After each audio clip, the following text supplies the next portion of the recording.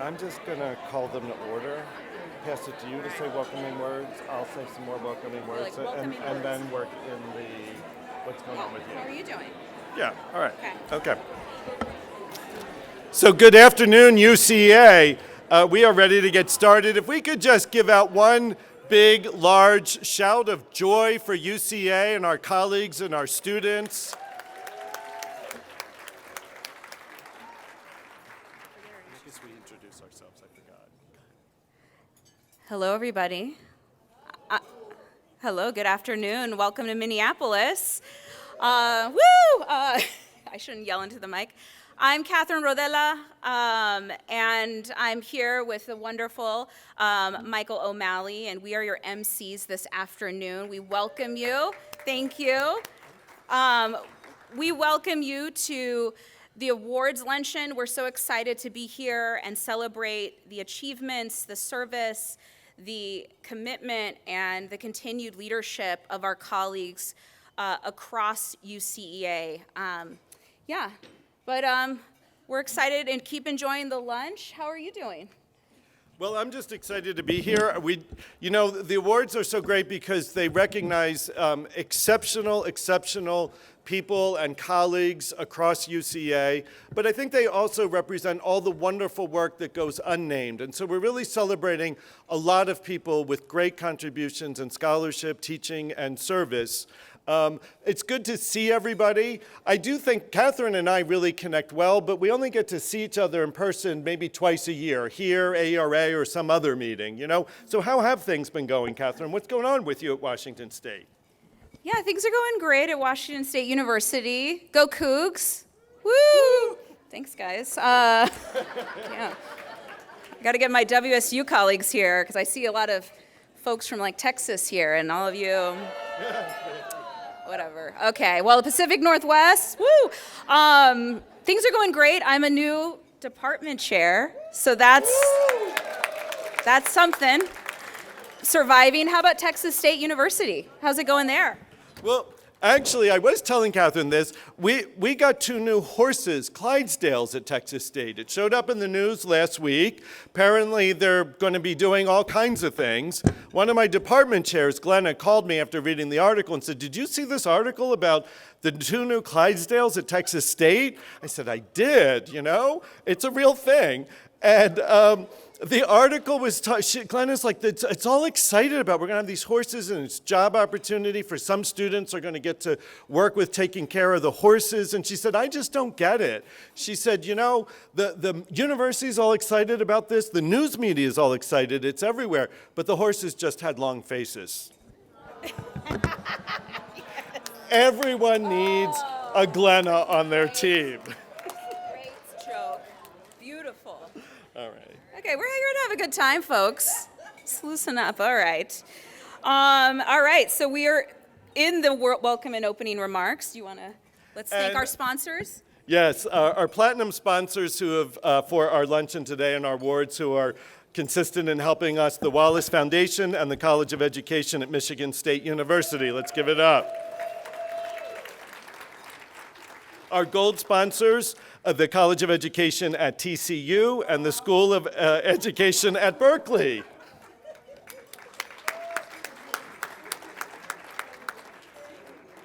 Our silver sponsors, the College of Education at Penn State, the School of Education, Educational Leadership and Policy Analysis at University of Wisconsin-Madison, ECU, College of Education, and our bronze sponsor, Educational Leadership and Policy in the College of Education at the University of Utah. Very sincere thanks from headquarters and the EC and all our staff to our sponsors. This luncheon and all this recognition of our amazing colleagues isn't possible without the sponsors. So really heartfelt thanks to all of you. Okay. All right, so the award lineup. And we realized just a few minutes ago, we'll be navigating slides. We're human, and we're going to be doing some work, but first and foremost, awards, some technicalities, some instructions. This is my old high school teacher hat on. we're going to give some logistics. So the logistics are, if you are a presenter, please just be mindful in the program where we're at. As you see the award before you goes up, then you'll come on up. And if you are the recipient, you come on up with your presenter and stand on the side. I think Michael's demonstrating. You'll come that way.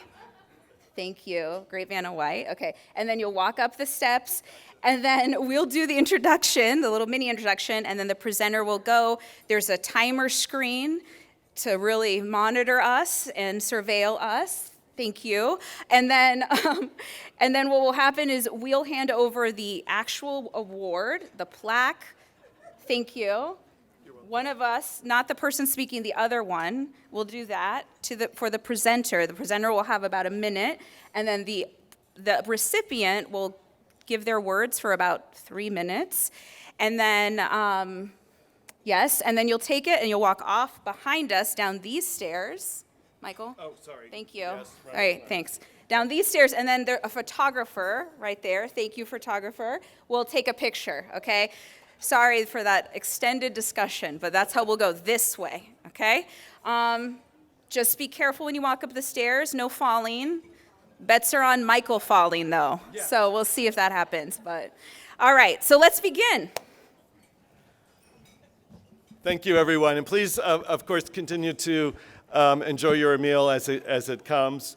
Our first award is the Excellence in Educational Leadership Awards. These are awards that UCEA annually recognizes.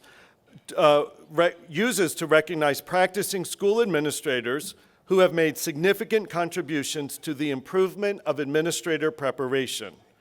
Awardees are nominated by UCEA member institutions.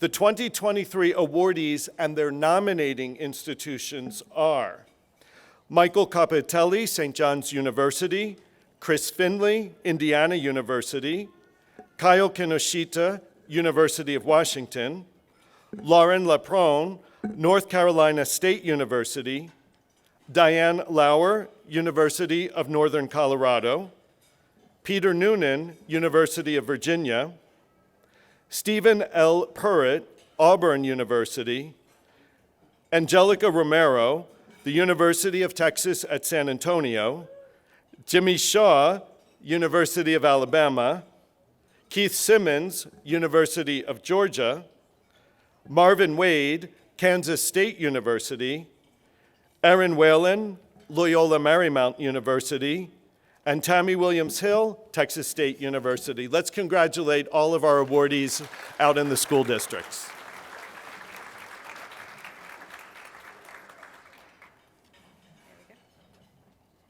Wonderful. So our first award is the JRLE Best Article Award.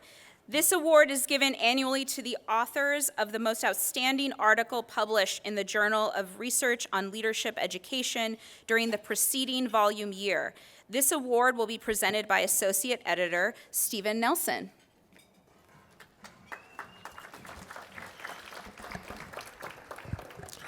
Good afternoon, colleagues.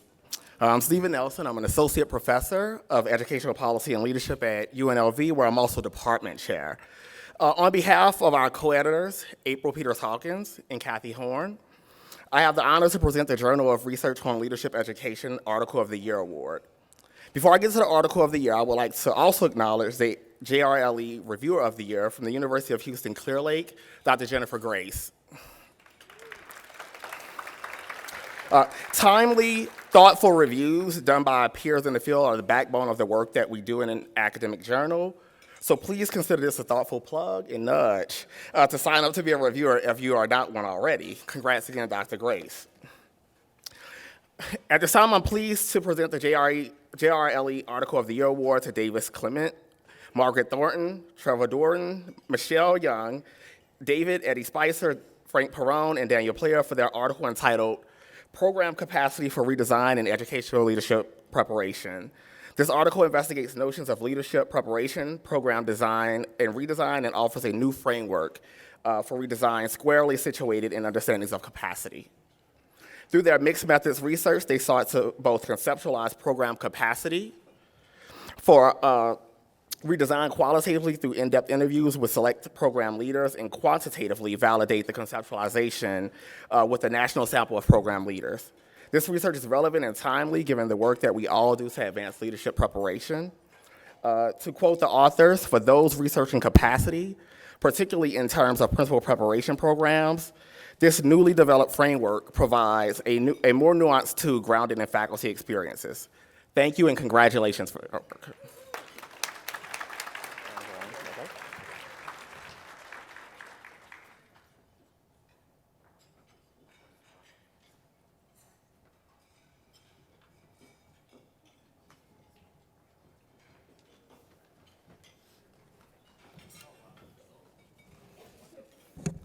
Thank you so much.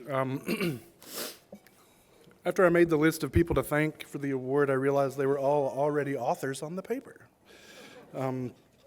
So this was a big project. We appreciate the funding from the Wallace Foundation that made this work possible, and guidance from Michelle Young. And I want to point out specifically about this article that while we were writing this paper, the first 3 authors on the paper were, at the time, a postdoc, a PhD student, and an undergraduate, which I think is a testament to the ethos of mentorship and student support, both at UCEA headquarters and throughout the consortium as a whole. I'm proud of that work. Second, I think, just in case you think you're not redesigning your program, I want to broaden the concept of program redesign a little bit to include being responsive to your context. And so that's really what redesign is about, is fitting your curriculum, your instruction, your assessment to the context of the communities and schools that you serve. So this work does apply to you. So thank you for this recognition.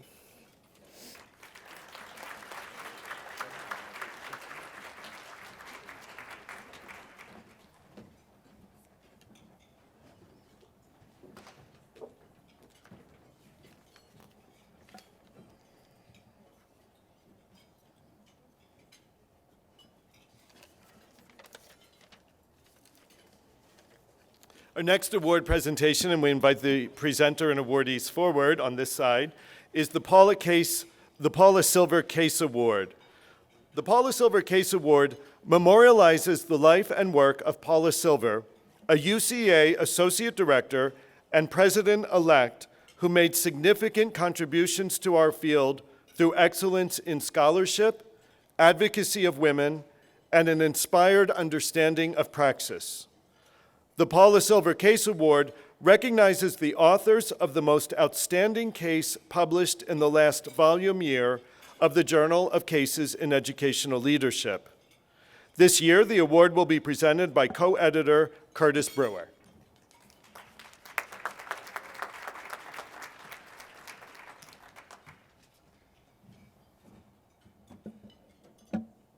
Hello, everybody. Unfortunately, the recipients couldn't be here to the meeting, so I'm going to present the award and then read a paragraph they sent. We are pleased to announce the winner of the Paula Silver Case Award for volume year 2022, volume 25. It is titled Seen Yet Unseen, A Case of Human Trafficking at Harris High School. It's by Melinda Lemke, Aaron Boskug, and Aaliyah Howard. The co-editors would like to thank the awards committee, Dr. Duarte, Akay, and Cordova, who reviewed all of the published cases in volume 25. They noted the following about the winner. Our rationale for selecting the case is multifaceted. The article was selected because it left a lasting impression on each of the committee members.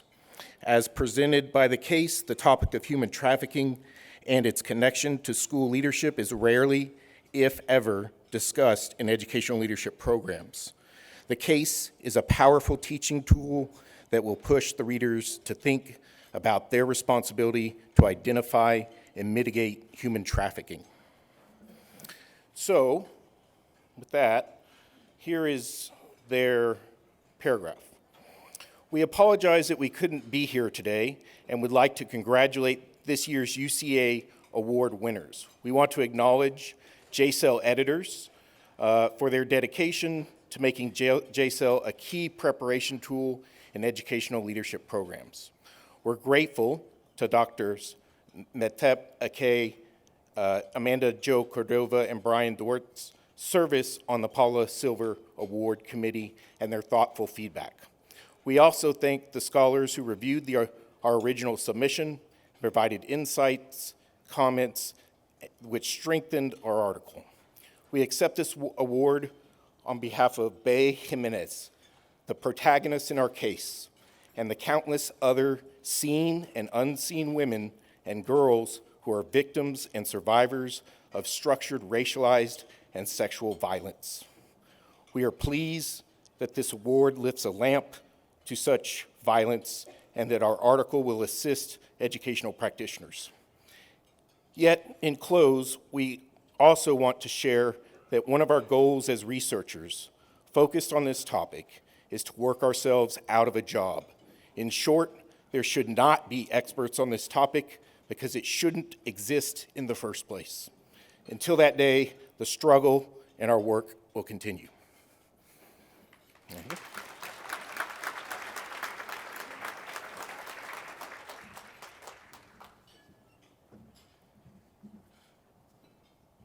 Thank you, Curtis. That was very profound and important work going on.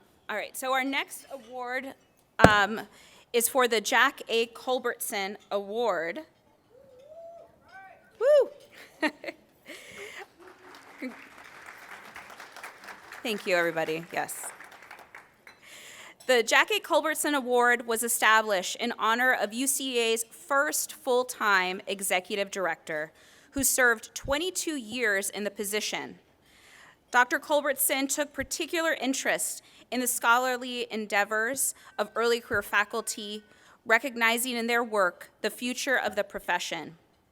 The award is presented annually to an outstanding early career educational leadership professor in recognition of their significant contributions to the field of educational leadership. Individuals nominated must have been professors for 6 years or fewer and currently serve in a UCEA university. The Culbertson Award will be presented to 2 awardees this year. First, by Maddie Mavrogordato and Amy Reynolds, and then by Molly McQuillan. Or we can do the other way around. This is an opportunity to show my humanity that the script does not match the slides. So we can actually go the other way around. First, Molly will present the award. Let's go. Congratulations. Thank you. Well, I am thrilled to present this UCA to Dr. Kevin Henry, and I'm going to start with a quote from Bell Hooks. To begin by always thinking of love as an action rather than a feeling is one way in which anyone using the word in this manner automatically assumes accountability and responsibility. And when I think of Dr. Henry's work, I think of his research as an expression of love, as an action, and how he takes responsibility and holds himself accountable. His work highlights many difficult American issues. He pushes the field forward with both his deep theoretical work and by providing rigorous empirical evidence for structural cracks in the US educational system.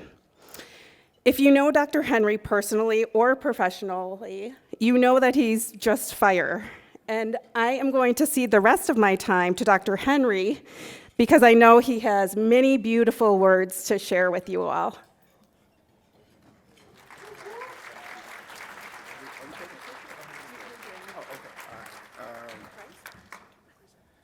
All right, thank you all so much. Thank you. A criteria for justice must always include the truth. And it seems to me quite clear, especially in this historical moment, that necessity and necessary reason for us to be bearers of truth, no matter how inconvenient, painful, or taxing it may be. For while the truth may be unpleasant, its force, felicity, and value remain essential. I come from a scholarly tradition that is primarily preoccupied with bearing witness to asking truthful questions in search of truthful answers. It is a tradition that bears witness to the scandalous and violent nature of white supremacy and anti-blackness that intersects with and then is intensified by other systems of oppression. And it is also a tradition that works to dismantle oppression.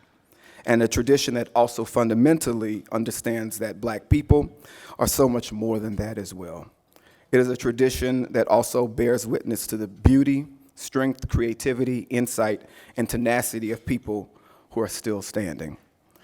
I labor for my people, I study for my people, I write for my people, and for that single parent, for the praying grandmother, for the kiddo who just wants to be understood, for the ones who catch the flu when America catches a cold, for those who are unseen yet surveilled, and those who are trying to make ends meet when there's more month and mouths than check. You are my North Star and my guiding lights, not only brightening my day, but illuminating my path. And so there are so many people that I must thank, and if there is an omission, please charge it to my head and not my heart. First, I'm deeply overwhelmed by the immense sense of gratitude for this honor today. To be now included amongst the recipients of the Culberson Award is truly surreal, for it's among the list of people who have been an inspiration to me as well. My debt to them is only eclipsed by my sincere gratitude to the awards committee for seeing the value of my work, and to my colleagues at Wisconsin who have been my ride and lives. Thank you for your generosity of spirit and deep care, and thank you for the constant support. To my students, my advisee's over there. Oh, there she is. Okay. Thank you for your curiosities, provocations, brilliance, and grace. And thank you for setting a new set of questions to an old group of problems. And may you all succeed in the places that I have failed. And to my mentors and teachers, my gratitude knows no bounds. I thank you all so much for seeing my highest potential, for believing in me when I perhaps did not even believe in myself. And of course, to my family, who there are no words, not enough words, I always have too many words, but not enough words to describe my love and care for them. I am truly grateful. And of course, this award is dedicated to my father who passed away last month. His strength is what propels me and keeps me going. And so I'll end with Toni Morrison, which is to say, look how lovely this thing is, this thing we have done together. Thank you.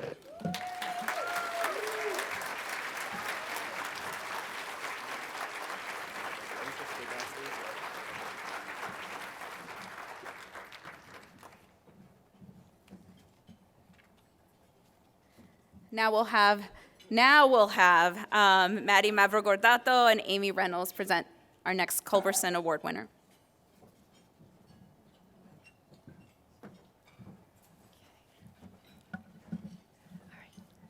Good afternoon.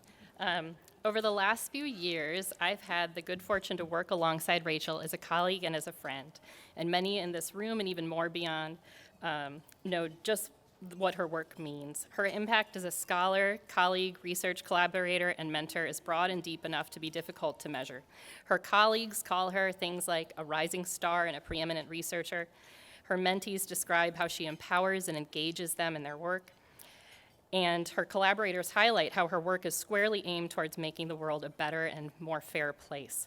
She exemplifies both excellence and kindness in all of her work, and in many ways, she's only just beginning. For all those reasons and more, I'm honored to stand with Maddie today to present the Culberson Award to Rachel. Hi, everyone. So early in her career, Rachel identified a major gap in the research around the superintendency specifically. Her work seeks to lift the veil on the superintendency, strengthen diversity and inclusion in the superintendency, and better understand superintendents' engagement in and with local and state policy and politics. What is perhaps most noteworthy about Rachel's work is the fact that she, from scratch, as a junior faculty member, created a national data set of superintendents, going state by state and even district by district to collect the names, contact information, and key data on over 12,500 superintendents every year. She recently launched the Superintendent Lab, check it out online, which is a central hub of data, research, insights, and innovation on the superintendency. Rachel, we're very grateful to have, that you've allowed us to be a part of the journey with you, and we're very eager to see how your incredibly important work continues to evolve. And I have to say, because Rachel's University of Michigan undergraduate roommate is also in the room with us, I'm going to say a very loud, go green.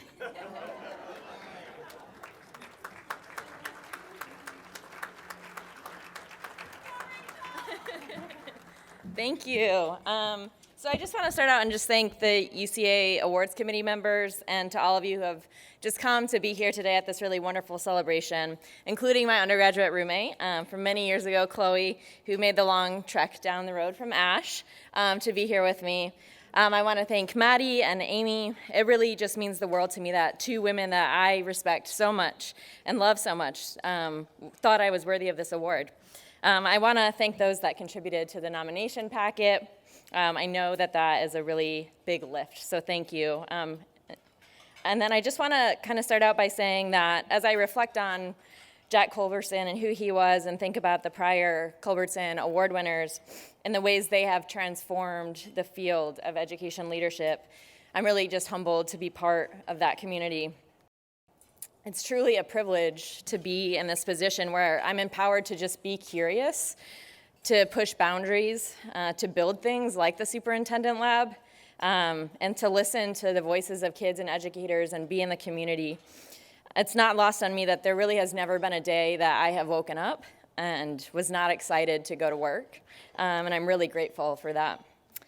So this award means so much to me for a lot of reasons. I'm just going to talk about two. First and foremost, this space is my family, and in many ways, the people who make up UCEA have raised me to be the scholar that I am today, but also more importantly, just the person that I am today. And then second, this award means a lot because there have been days over the past 6 years where I wonder if this is where I belong. And there have been days where I'm worried, will I let people down because of the work I do or the work I don't do, or the successes that I have or that I don't have. And on those days, I'm reminded of being a kid, playing basketball, AAU basketball every single weekend, and my dad was always sort of my chauffeur. And I have this distinct memory of me and my dad, we'd always be pulling up to the gym where I was going to be playing all day, and he would turn on this really cheesy song called I Hope You Dance, and he would sing, but he would change the chorus to I Hope You Shoot. And you see, basketball was a really big part of my life, and my dad watched me shoot hoops in the driveway or out in the pole barn for hours upon hours upon hours. But I had girls on my AAU team that were incredibly unkind if I scored points, if I scored more than them. And so I frequently passed up shots because I wanted to keep the peace. And I passed up shots because I didn't want to let anyone down if I missed. And so my dad was there to remind me that taking shots when I was open was important for the success of the team. And as a junior scholar, I have similarly been afraid to take risks and shoot. There have been times where I've made baskets and lost people who I thought were supporters. But here at UCEA, that has never been the case. There is a sense here that we are stronger as a team, and we all encourage each other to shoot when we're open. So thank you all for supporting me and encouraging me to keep shooting, and I hope I always do the same for you. And finally, I just want to congratulate my co-recipient, Kevin. It's really an honor to be chosen alongside you.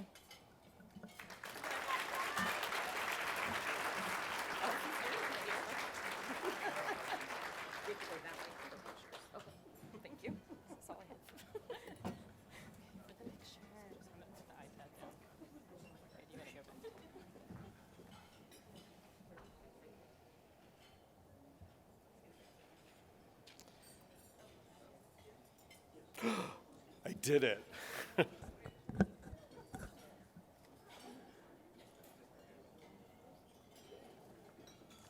That was a stressful moment with the PowerPoint.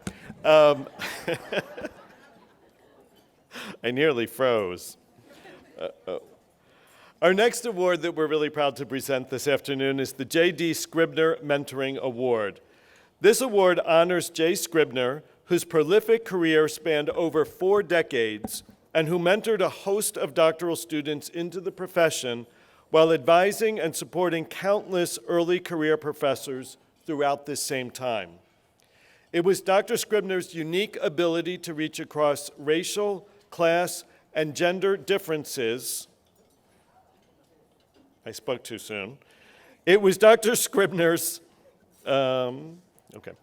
unique ability to reach across racial, class, and gender differences in his mentorship, nurturing scholars from underrepresented backgrounds. That is remembered here today. The J.D. Scribner Mentoring Award recognizes educational leadership faculty who have made a substantive contribution to the field by mentoring the next generation of students into roles as university research professors, while also recognizing the important roles mentors play in supporting and advising early career faculty. This award will be presented by Erica Fernandez and Liliana Castrillon.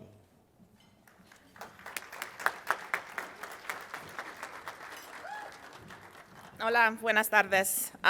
So, he's our biggest cheerleader, our advocate, our hype man. He is El Profe.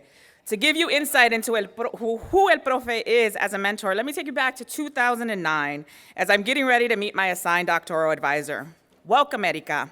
This was the first time I heard my name pronounced correctly in any higher ed setting. I remember looking at him at the corner of his office and saying, "I like your homies." He smiled back and visibly excited, "You know about homies?" I said, "Yep, I got a little collection too." But not like his. He had a whole block set up with the paletero and everything. He then asked where was home, asked about my familia, what music I listened to. That was the day that allowed me to see that people like me who grew up in the barrio could become these dope critical scholars who do work that is connected to their comunidad, to their familia. What I wasn't aware of then was the impact El Profe would have and continues to have on my life. I first met Dr. Lopez when I was a master's student at my first UCEA. He walked into my presentation, and all I could think was, oh my God, that's Dr. Lopez. I was so nervous. Little did I know the impact that El Profe would have on my trajectory as a human and as a scholar. Fast forward, and Profe was named department chair of the department I was doing my PhD in. He was still moving into his office when I went to knock on his door. From that day forward, I knew he would be a mentor who not only academically supported his students, but truly, authentically got to know them, and also allowed for us to bring our familias as well, just like his familias here supporting him today. Because of El Profe's mentorship and modeling, we unapologetically enter our institutions and academic spaces as our full, authentic selves. We, and when we say we are referring to the various people who so eagerly and graciously shared words about El Profe for our nomination letter, who wrote letters of support, and the many others who his mentorship has impacted. It is through this collective that we end with saying we learned from the best and walk in the path that El Profe has paved for us, a path that was cleared for him and others by Dr. J.D. Scribner. Please join us in celebrating and congratulating El Profe, Dr. Gerardo Lopez, as a 2023 recipient of the J.D. Scribner Mentoring Award.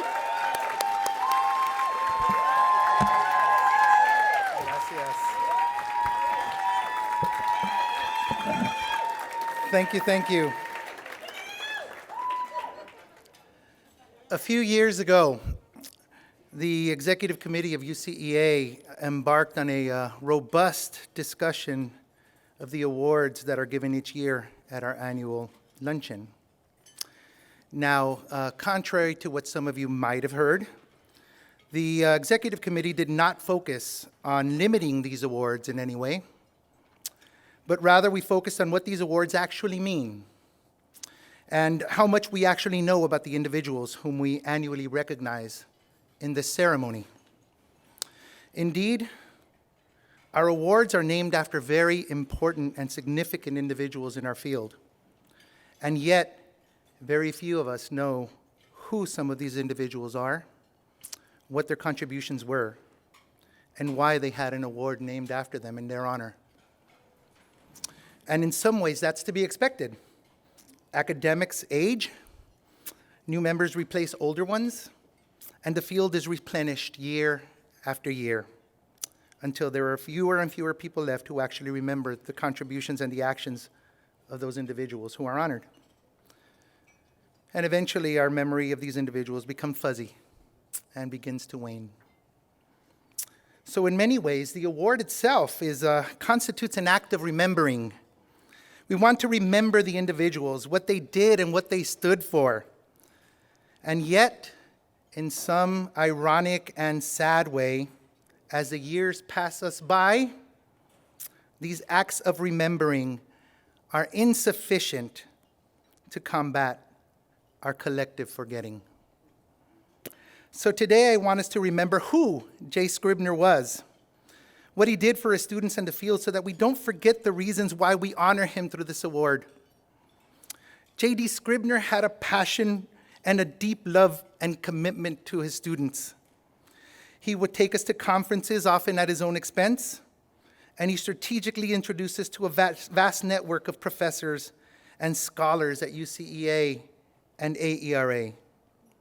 He taught us the ropes on how to navigate these unfamiliar institutions, particularly to those of us who are people of color, women, and first gen.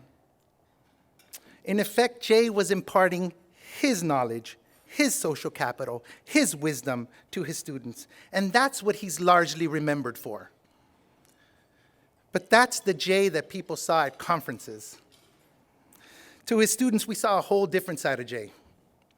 There's an old story that Jay once left a dissertation on top of his car. And he was heading to his office one morning. And Jay got on the freeway, and he looked at his rearview mirror and noticed that there were pages flying off of the roof flying off of his car and onto I-35 in Austin, Texas. So Jay did what any caring and compassionate professor would do.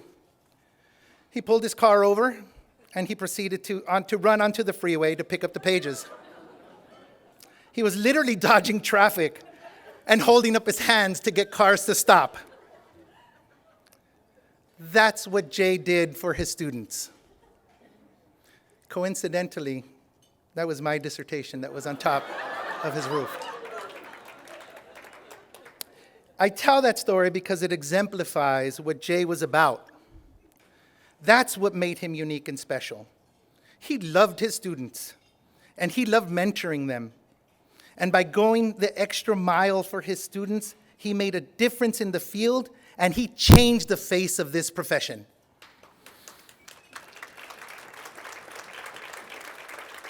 So when I think about who we're honoring today, we need to remember these stories, and stories such as these, so that we don't forget the person who's behind these awards. So thank you to UCEA. Thank you to Liliana Castrillon and Erika Fernandez for putting together my nomination packet. Thanks to the students and everyone else who wrote letters of support. Thanks to my 2 adult kids who are here in the room with me. But above all, thanks to Jay Scribner for teaching us about the importance of being kind to each other, for showing us the link between mentoring and love, and for demonstrating through his actions what is possible when you dodge traffic for your students. Gracias.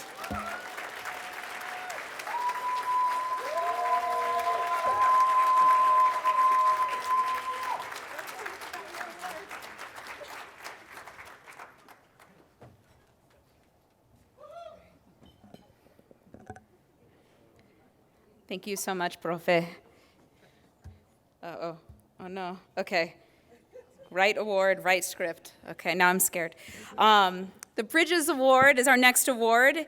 This award is given for original, outstanding work in the area of research and/or development that contributes to our knowledge and understanding of how best to prepare and support future generations of educational leaders. This award will be presented by David Eddie Spicer.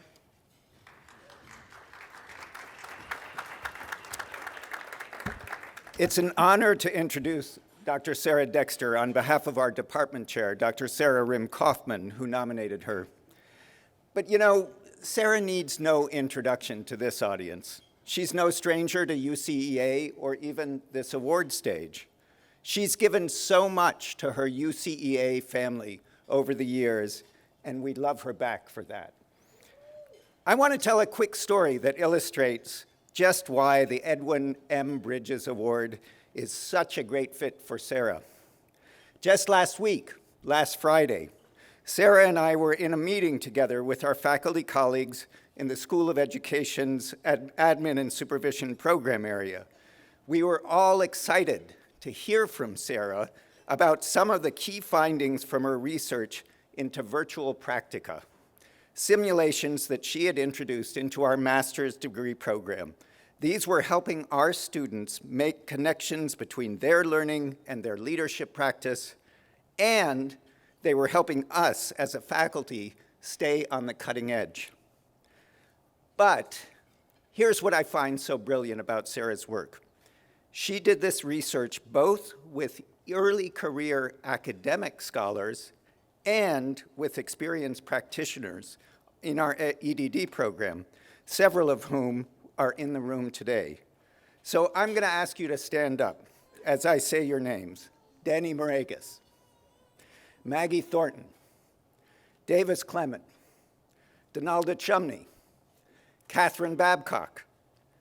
Sarah, we celebrate you and your many accomplishments.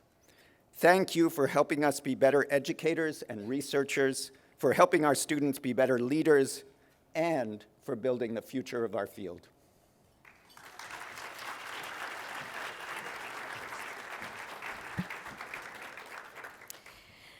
Thank you. I'm very honored to receive this award. I just feel very recognized and seen, so I appreciate it. It's fitting that I received the award here in Minneapolis, where I began my career in higher ed 25 years ago. Yep, right here. I was a first-generation undergraduate in my family, and after my master's degree, decided to pursue an EDD at the University of St. Thomas, which is right here in the Twin Cities. And at the time, I thought I was going to go on and become a school or district leader. I had a position in district leadership, and as I progressed through my program and saw close-up district politics, I thought, oh, those are mean and nasty. I think I'll go to the kinder, gentler world of higher ed. And we all know how that turned out, right? But I want to give a shout out to my advisor, doctoral advisor, Don LaMadeline. He awoke in me a love of theory and research that I did not know was there. I want to thank Karen Seashore Lewis. I don't know if she's in the room today, but she gave me my first job in higher ed at the U, which is what we call the University of Minnesota Twin Cities. It's just called the U. And at the Center for Applied Research. And also a key mentor here at the U, sociology professor Ron Anderson, who got me involved in some international projects where I made connections and embarked on some research that still continues and has threads running today. So that's been like a huge part of my work and background. My work is at the intersection of technology and leadership. I sometimes study the leadership of ed tech in schools, but what I'm most excited about these days is the potential for ed tech to create opportunities for leadership preparation and the capacity it has to increase the nature, frequency, and duration of fail-safe rehearsals in leadership education. I want to thank Michelle Young and Monica Byrne-Jimenez for their support of me while they were the executive directors of UCA, and I was an associate director. I got that work started then, and David already pointed out my collaborators at the University of Virginia. I couldn't have progressed to the point that we are at without Danny Davis and Maggie, who made great contributions. And as they've moved on to successful assistant professor positions, I'm so proud of all of you. It's been picked up by Donalda and Catherine, who are now helping me with some of this work. And I want to extend opportunity to all of you to become involved as well. Another last shout out to Jason Richardson and Scott McLeod at the Center for the Applied or Advanced Study of Technology and Leadership Education, CASTLE, a UCA center. They invited me to be a co-director, and there I've started the Virtual Practicum Initiative. This is where you can all become involved with us. We are starting content authoring teams. We seek to create the content for simulations across a variety of topics in our field, and are currently working on where will we house them and how will we be able to disseminate them to all of you as instructors, and letting our students have those fail-safe practice opportunities. I then would invite you to also listen and look for opportunities to become involved in research teams as we establish the efficacy of these materials. So please become involved. Reach out to me if you're interested. But today, thank you for this award. I appreciate it.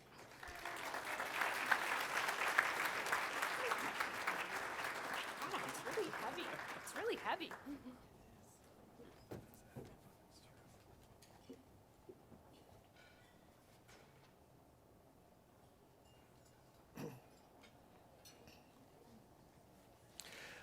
Our next award is the Linda C. Tillman Award.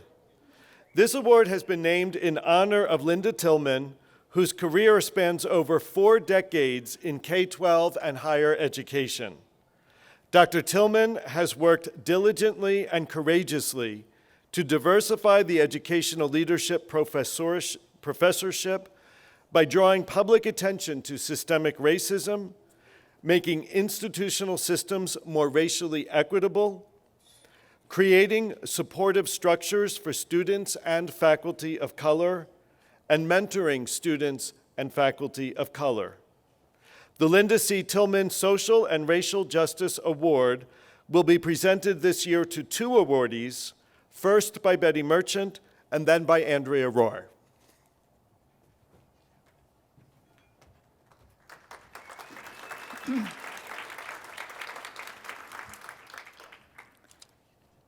So it is my deepest personal and professional honor to be able to present the award to Dr. Maria Luisa Gonzalez as co-recipient of the Linda Tillman Award for courageous contributions to diversity, equity, and social justice, 3 terms we can no longer speak in Texas. That's true. Malu has had an extensive career in education, K through 12 education, research. In the K through 12 area, she has done amazing things for children along the border schools. She was principal of a school in Texas that received a congressional award for excellence for working with unhoused children in the urban area of Dallas, I think it was. Dallas, yep. At the university, she distinguished herself even further, 20 years plus as a professor, department chair at the New Mexico State University. She, during that time, became the Endowed Regents Professor, the Roush Outstanding Teacher Award, Governor's Award for Outstanding Women, and she directed an executive center for serving children along the borders. She recently was a PI for a $4 million research grant to evaluate the extended daycare programs serving Native American children, African American children, and Latino communities. 2 of her programs were featured in the Kappan and listed among the 10 most promising professional preparation programs. You can see I'm low-tech. I've got my Post-it notes here. It works. So in UCEA, she obviously was the past president, instrumental in developing the Barbara Jackson Scholar Program, founding member of the UCEA Retirees in Action for Promotion and Tenure Workshops. Most importantly, for me as a person and as a professional, Malu conveys, you belong here. Everything about her is summed up in those 3 words. She's the first person I met at my first UCA program. And that's not a small thing to tell someone that you belong. And she has lived that life the entire time I've known her. The other thing that I deeply respect, and I still have so much to learn from her about this, she has broken so many glass ceilings. She has shattered so many barriers. But in the process, she has never harmed herself. She's never hurt anyone else. That I have to learn a lot about. And when I talked to her this morning, I said, you know, I grew up in Macintosh Apple Company area up in New York State, up near the Canadian and Vermont border. Macintosh Apple, capital of the world. And so I've always thought of her as a Johnny Appleseed. But I said everywhere she goes, she makes it better. And so I said to her, but Johnny Appleseed is like so sexist and it's so this and you know all of that. And I said, could I call you something else? So I present to you Juanita Manzana.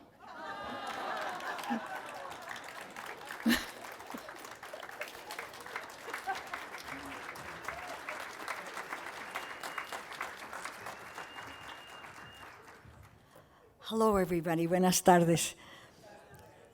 Thank you for your kind words, Betty, and thank you, Linda, for my being able to be here and to receive the award named after you.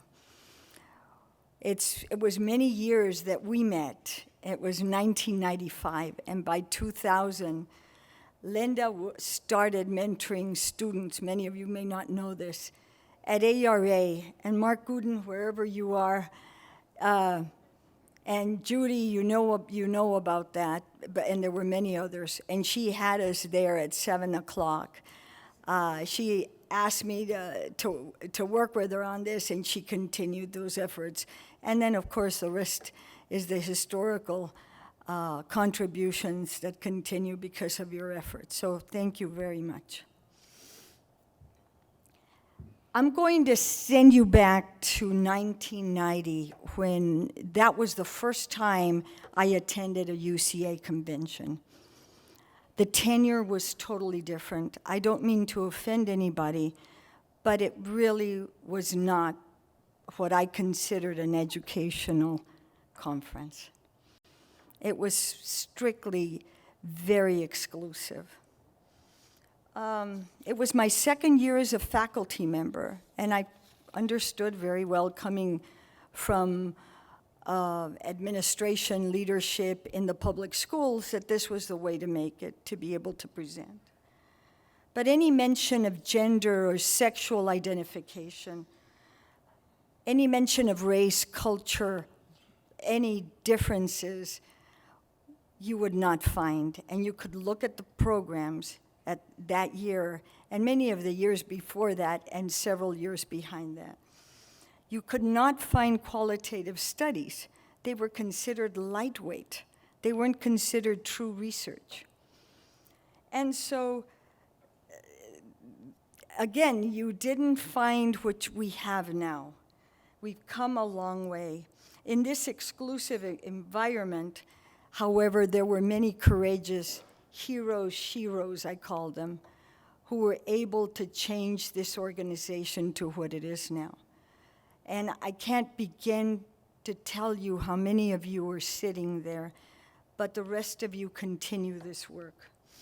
And so many of these colleagues I consider my brothers and sisters because I knew that there was more to educational leadership than where we were in that year.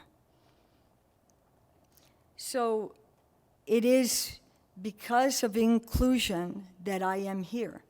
Whether we forced it or we were able to work collaboratively, that's up to the individuals.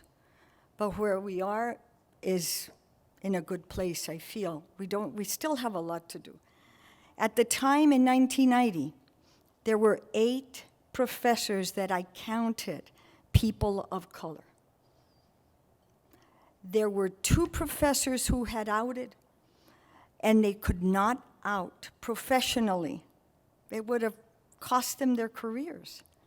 So there were 10 people who belonged to the spectrum of difference in 1990.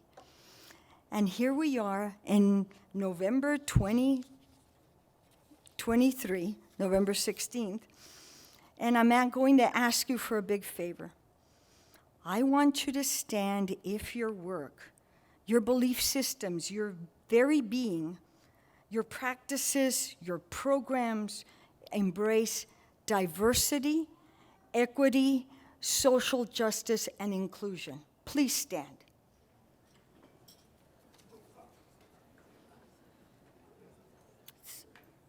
Everybody.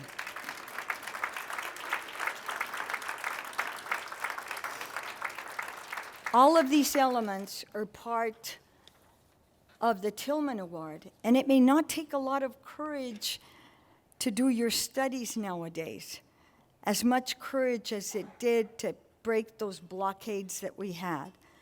But it's wonderful that you continue your connection with the schools and with the children who are our ultimate customers and clientele. It moves from the university classroom to change PK-12 education. And so I remind you today that you dignify this convention and you also belong to it. You enrich us and the schools that we promote every single day. And let us never forget that. Thank you very much.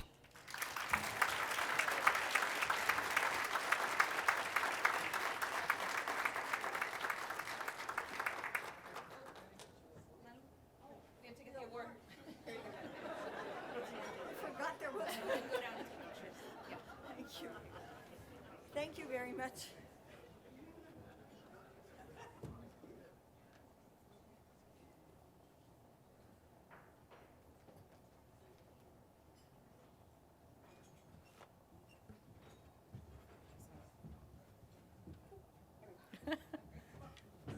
I was told not to move the laptop, so we're going to test my agility here. Right before we started this afternoon, Dr. Parker asked if I was going to make reference to some of his favorite films, like Star Wars and things. Unfortunately, I don't have any of those references or references to other pop culture because I've been so deeply engaged in studying education policy and thus binge-watching true crimes that I haven't had time for Star Wars. So I'll work on it still. I'm actually here on behalf of my co-nominators, Dr. Aaron Castro, Irene Yoon, Madeline Hafner, Chris Linder, and Laura Rogers. Dr. Parker has made exceptional achievements and contributions as an exemplary role model of uncompromising courage in confronting racism and broad systems of oppression in PK-12 higher ed, leadership preparation, and through his research, leadership, teaching, mentoring, and practice. Dr. Parker's legacy is cemented in our field and in our work. Although the positions he has held, the articles he has published, the courses he has taught, and the service he has provided contribute to his legacy, his real legacy is more accurately represented by his ethic of care, the enduring relationships and bonds he has built, the many scholars, particularly scholars of color, he has mentored, the students he has published with, the staff he has supported, the faculty he has lifted up time and time again, while all in the service of diversity, equity, racial, and social justice. Or as a student explained, his legacy is one of genuine impact. Notably, Dr. Parker's scholarship and relationships have created perpetual waves of action that will impact other individuals, practices, organizations, communities, and institutions broadly and long beyond any of our time here. Like the honorable and formidable Dr. Tillman, Dr. Parker has remained devoted and substantively engaged in his relentless commitment to dismantle institutional policies and structures that serve to silence the voices and opportunities of people of color of any age. In doing so, he has impacted us all. When people use the metaphor, standing on the shoulders of giants, one of the persons they are referring to is Dr. Larry Parker. Please join my colleagues near and far and I in congratulating Dr. Larry Parker, one of this year's recipients of the UCEA Linda Tillman Social and Racial Justice Award.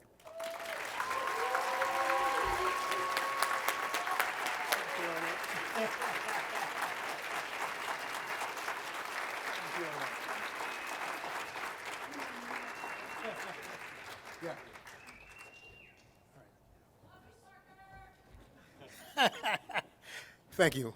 Let me see if I can get it together here. I'll start off with I'll just go public with this. 2.5 years ago, I got a heart transplant. And when I got the news that I was going to have a heart transplant, I was talking to Dr. William Smith, and he said, "Hey, Parker, you're going to get a white Ron DeSantis heart, man. What's going to happen? What's going to happen to you?" And so everybody started, so all my CRT colleagues, Linda and Gloria, and so they were like, man, so the fear was that I was going to get on a stage like this and start talking like him. And so everybody was just saying, "We're going to snatch you off the stage, boy, and just take you back to grad school." So you can learn from Jim Anderson and Bill Trent and everybody.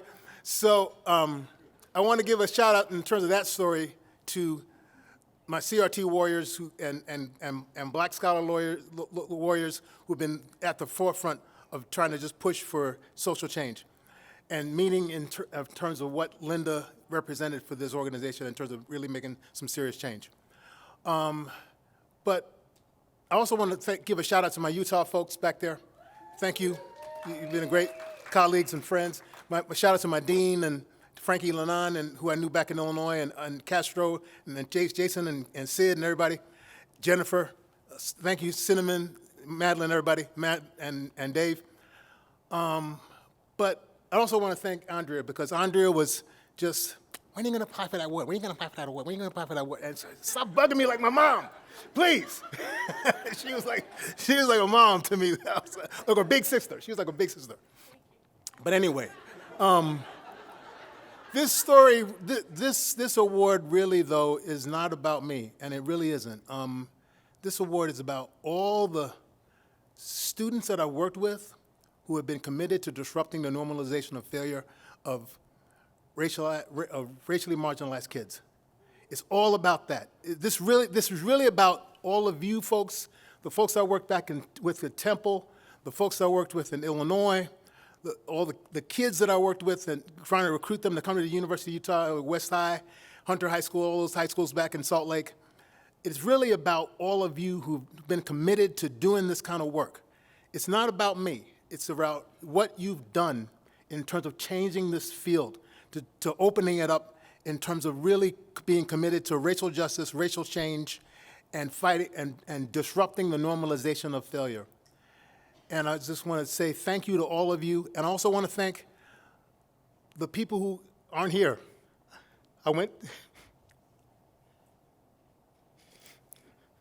Last week I was in New York, and I saw some old friends of mine.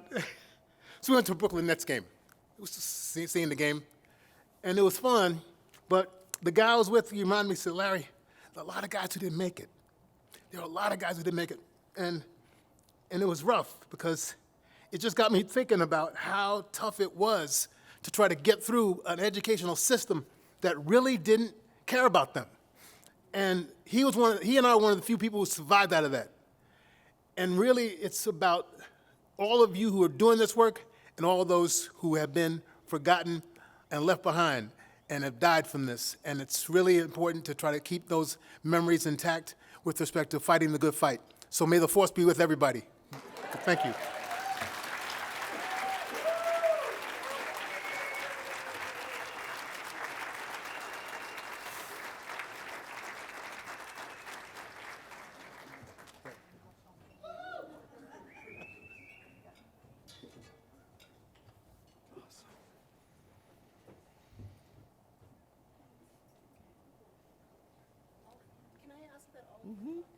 Sure. For those of you from Utah, would you please join us?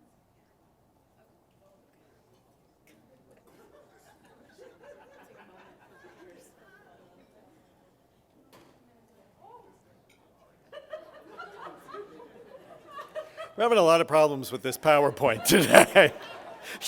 You'd think we'd have this down by now. Our final award for this year's award ceremony is the Roald F. Campbell Lifetime Achievement Award. This award recognizes senior professors in the field of educational administration whose professional lives have been characterized by extraordinary commitment, excellence, leadership, productivity, generosity, and service. At the same time, the award celebrates the remarkable pioneering life of Roald Campbell, whose distinguished career spanned many years and exemplified these characteristics. It is my honor to present the Roald F. Campbell Lifetime Achievement Award to Dr. Stephen Jacobson, Professor Emeritus from the University at Buffalo.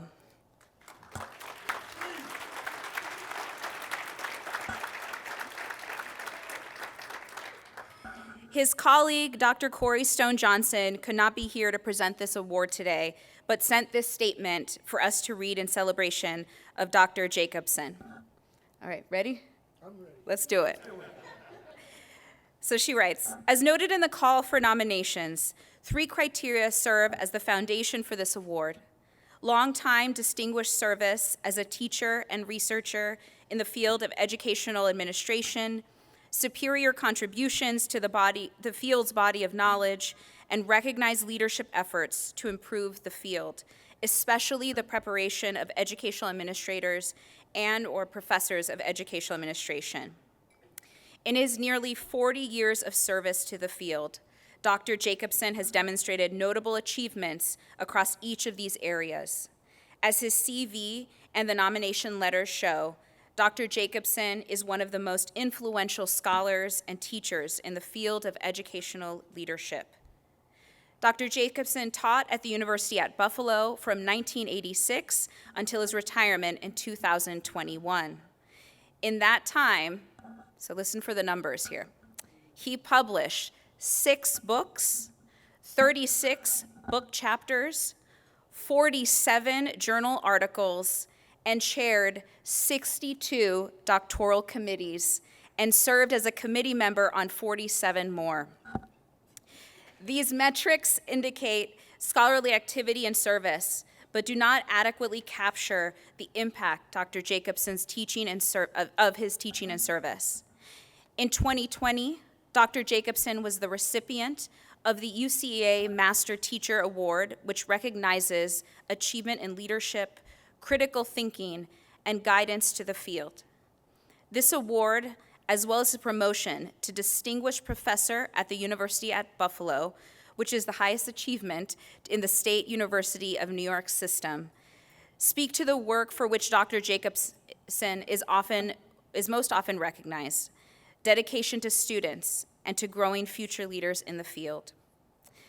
Dr. Jacobson is well known for his work on international leadership, which defined the last 15 years of his time in the academy. Working with colleagues from around the world, Dr. Jacobson sought to understand the shared aspects that define successful leaders. He is equally well known for his earlier work on improving principal preparation. Focusing on both the pipeline of future leaders as well as their in-class preparatory experiences, Dr. Jacobson was one of the key figures in defining preparation scholarship for nearly 20 years. During this time, he also served in numerous leadership roles that married his scholarship with his service work to the field. He served as the president of both the Association for Education Finance and Policy and the University Council for Educational Administration. He's also held numerous other leadership roles across AERA and regional boards. And in the Western New York region, as well as throughout the state of New York, he's well known as a key figure in principal development. At the local level, and perhaps his greatest and most lasting contribution to the field regionally, was the creation of the Leadership Initiative for Tomorrow's Schools, or LIFS. LIFS is the University at Buffalo's innovative principal preparation program that has just admitted its 13th cohort of aspiring leaders. 30th, okay. 30th. Thank you for that correction. This program is recognized throughout the state as one of the top programs in New York. Colleagues in the field consistently comment on the quality of leaders developed through the cohort-based model. The University at Buffalo recently celebrated Dr. Jacobson's contributions with an alumni gathering of students from all cohorts, many of whom have gone on to be superintendents and district leaders across the region. Dr. Stephen Jacobson is among the most qualified individuals for UCEA's highest honor, and it was Dr. Corey Stone Johnson's absolute honor to nominate him. Congratulations, Dr. Jacobson.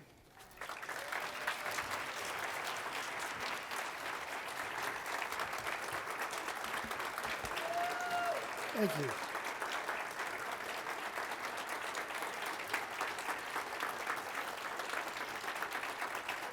Okay, let's.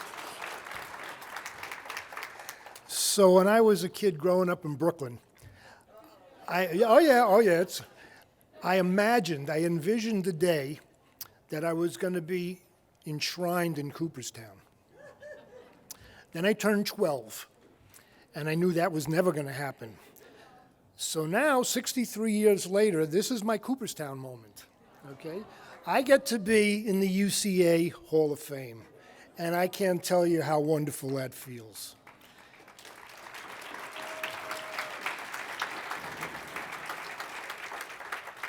Getting an award from your colleagues, people you really respect, it means the world.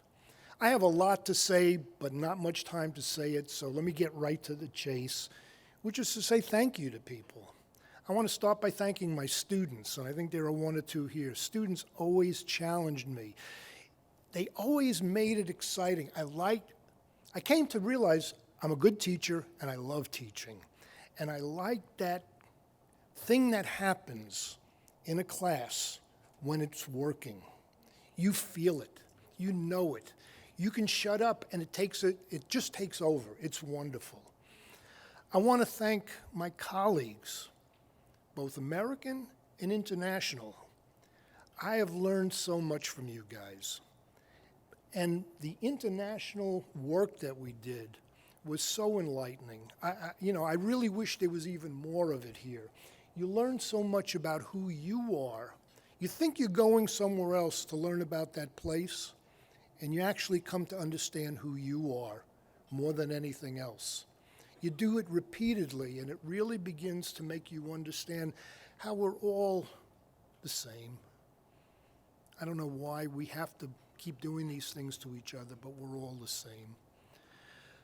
I also want to just take a moment, because I know some of you are around the room, for a special group, without naming names. These were folks, I sat on executive committee for about 6 years in PSR before there. My first dean, Hugh Petrie at Buffalo, used to use the expression yeasty conversations. And my goodness, we had some bitter conversations, but we had some yeasty conversations. And it's now looking back that I realized my experiences at UCA was the postgraduate education that I needed to be able to do the work that I was able to do. It opened me up to different ways of thinking, different ways of being, understanding the value of the give and take that's done respectfully. We don't have to have the same opinions. We can differ, but we can respect each other, and we can feel fellowship with one another. So really, thank you. And look at that, I got 1 second, I'll say thank you again.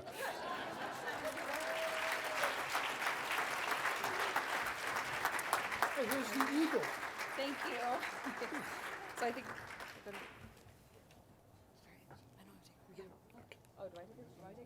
Yeah, I think you should be in the picture. Oh, yeah, definitely.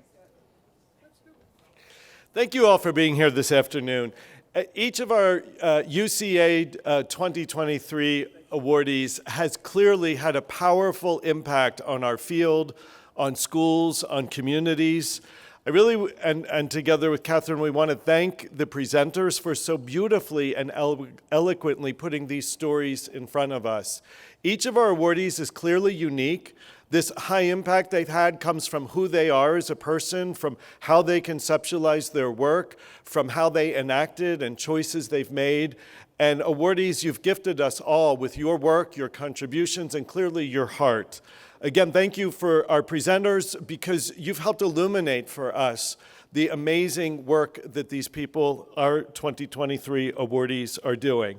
We also want to thank the awardees for your words. Your words today inspired us. We were commenting, every one of you in some way reminded us that UCA is a community, is a family, is a network of people committed to change and trying to help and support each other in making the change that's needed. So you did in your words today what you've done in your work that you were awarded for. You called us forward one more time and invited us into who we can become ourselves and who we can become collectively. So there's a lot to celebrate in our awardees. Let's please give them another strong round of congratulations.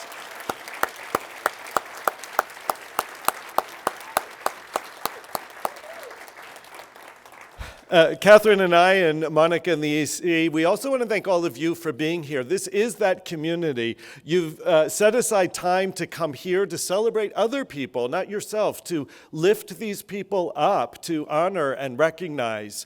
And events like this work and matter and remember and rebuild a history, as people were saying, because you choose to be here and you choose to celebrate each other. So could you please just, whether you come every year to the awards lunch or this is your first year at awards lunch, could you please all give yourselves a round of applause for being a strong community? And as we head out, just a few little reminders. We're going to ask all of the awardees, as soon as I stop talking, to please come up to the front because we take a group picture, which is really a great thing for UCA history and records. And every year we're herding awardees like cats. So we invite you to come up right away for the group picture and then continue celebrating for 4 days. We also would invite everyone in the room to please join us for the General Session 1, our Mitzvah lecture, Are You One of Them Ones? Leading the Education Reset with our keynote speaker, Dr. Gloria Ladson-Billings. Well, have a great convention, everyone, and thank you for taking the time out to celebrate.